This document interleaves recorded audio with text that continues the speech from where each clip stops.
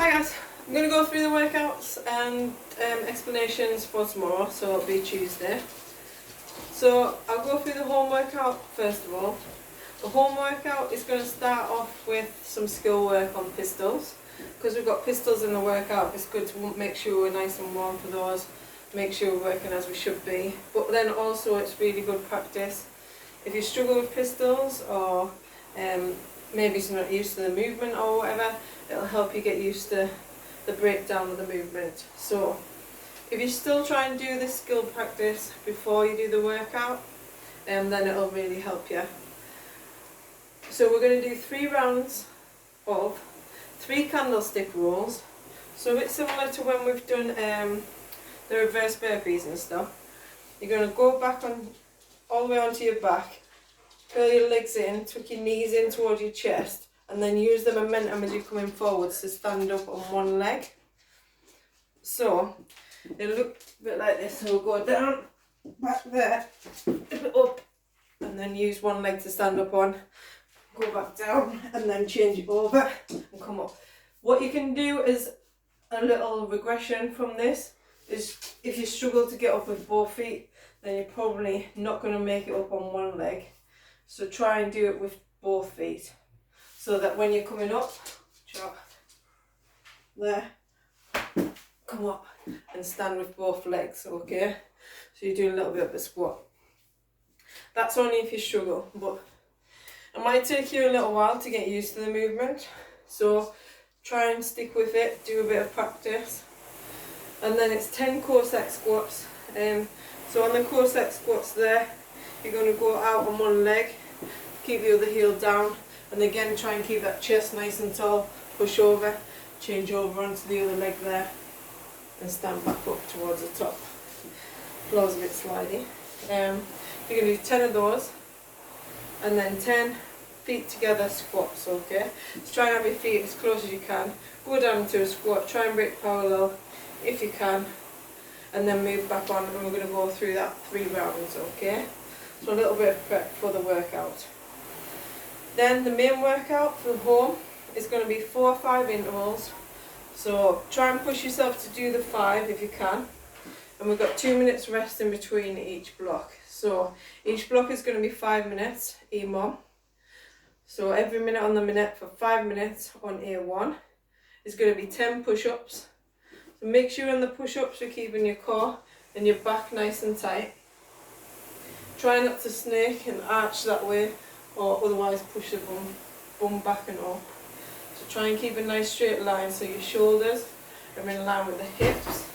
Tuck your bum under so that your core is nice and tight, and then keep those elbows tucked in towards the side of the body rather than flaring them out that way.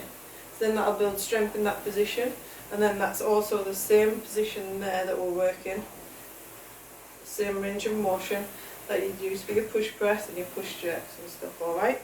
So when you're doing the push-ups here, move that chair. So it's chest and thighs on the floor, keep the core tucked in nice and tight there. Alright. Elbows locked in.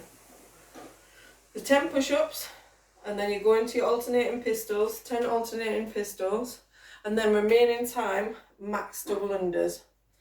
So if you struggle with the pistols, a couple of options you can do. You can have a chair, you can do single leg step ups.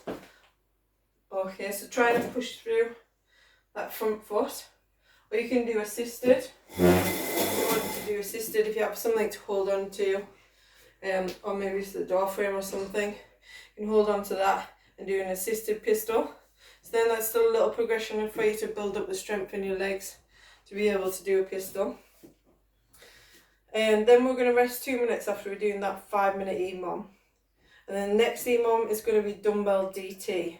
So with DT, if you've got 2 dumbbells, then use the 2 dumbbells, add that intensity into your workout. If not, just go with a single and maybe change arms each round. Or you could alternate possibly. It might make it a little more difficult alternating and take a bit longer, okay? So DT is 12 deadlifts.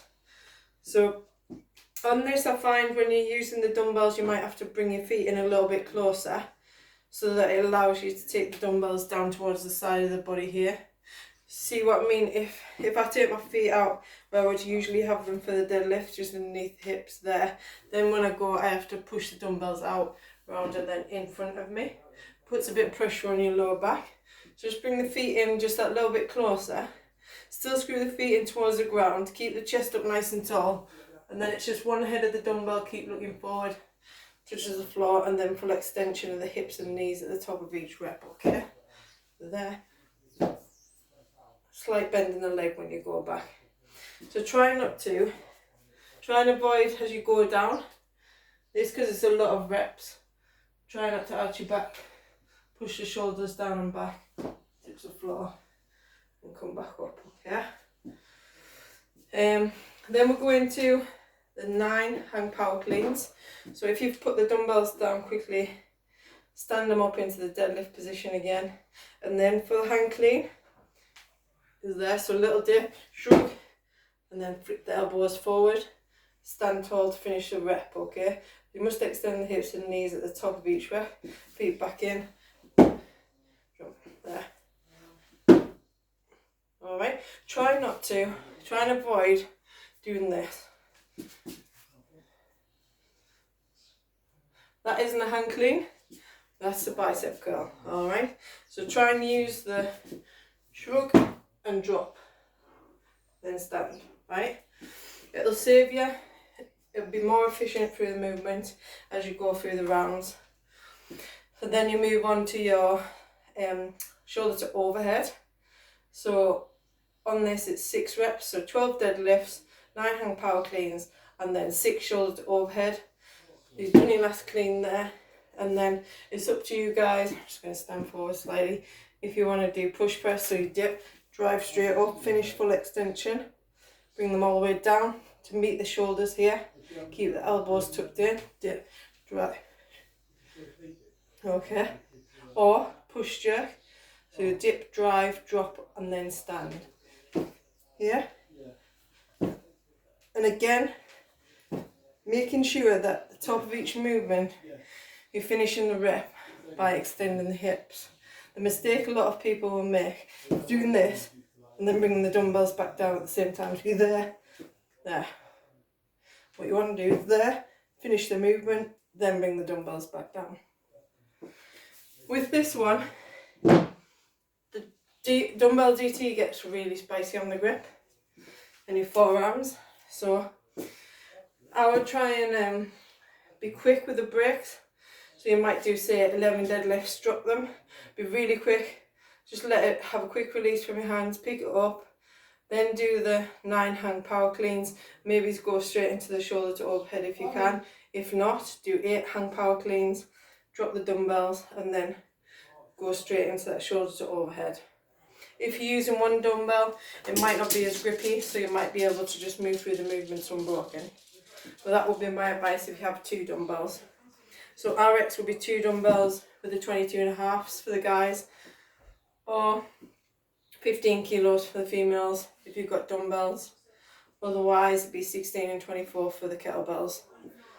Otherwise, scaling it, just strip the movement back, make sure that you can get that 1 round in the minute, and then just use what you've got, your kettlebell, your dumbbell, that's absolutely fine. As long as you're getting a good workout, guys, that's absolutely fine. So we're doing 5 minutes, every minute on the minute, 1 round, and then we rest 2 minutes again. We go back to the first EMOM, which was the 10 push-ups, 10 pistols, double unders and remaining time. And then rest 2 minutes, back to dumbbell DT, and then we'll do a 5th interval. Okay. Then our box workout.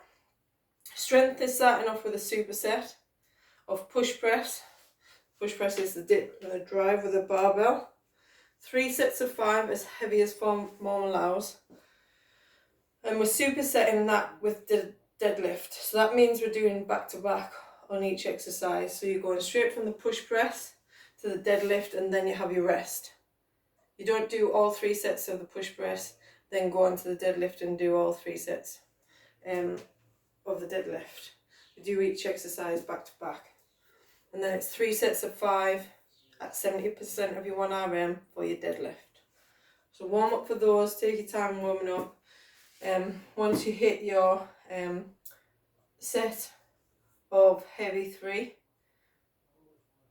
5, sorry, then you'll go on to your deadlift and you'll do your 5 reps at 70%, okay? So just warm up on each, take your time to warm up, and then when you're ready, start the supersets. You're doing 3 rounds of that, 5 reps. And then the workout today is going to be 10-minute AMRAP, so as many rounds and reps as possible. 6 squat cleans at 60 or 90, so it's relatively heavier on the squat cleans. 9 wall balls, and then 50 double unders or 100 single skips. So with this workout, the intent is to be a little bit heavier or challenging on the squat cleans. It's low reps, 6 squat cleans, so maybe you might do them, if you're not able to do touch and go, you do singles on those.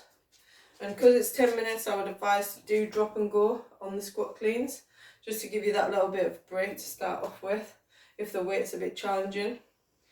On the squat cleans, you can scale that weight back, so you can do 50, 75 for the guys, or 35, 52.5 for the guys.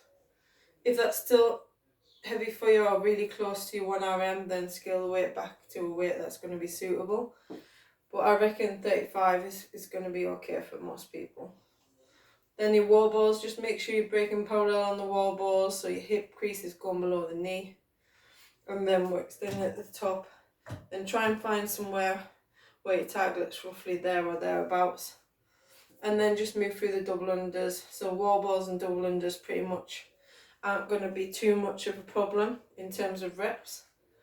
Whereas the squat cleans are going to become more challenging as you're going through the rounds, because it's going to be relatively quick coming round to those squat cleans each time. So just have a think about what weight will be suitable for that. Don't start the workout and it be too heavy that when you come on the second time round, you know you're going to have to strip that weight off again.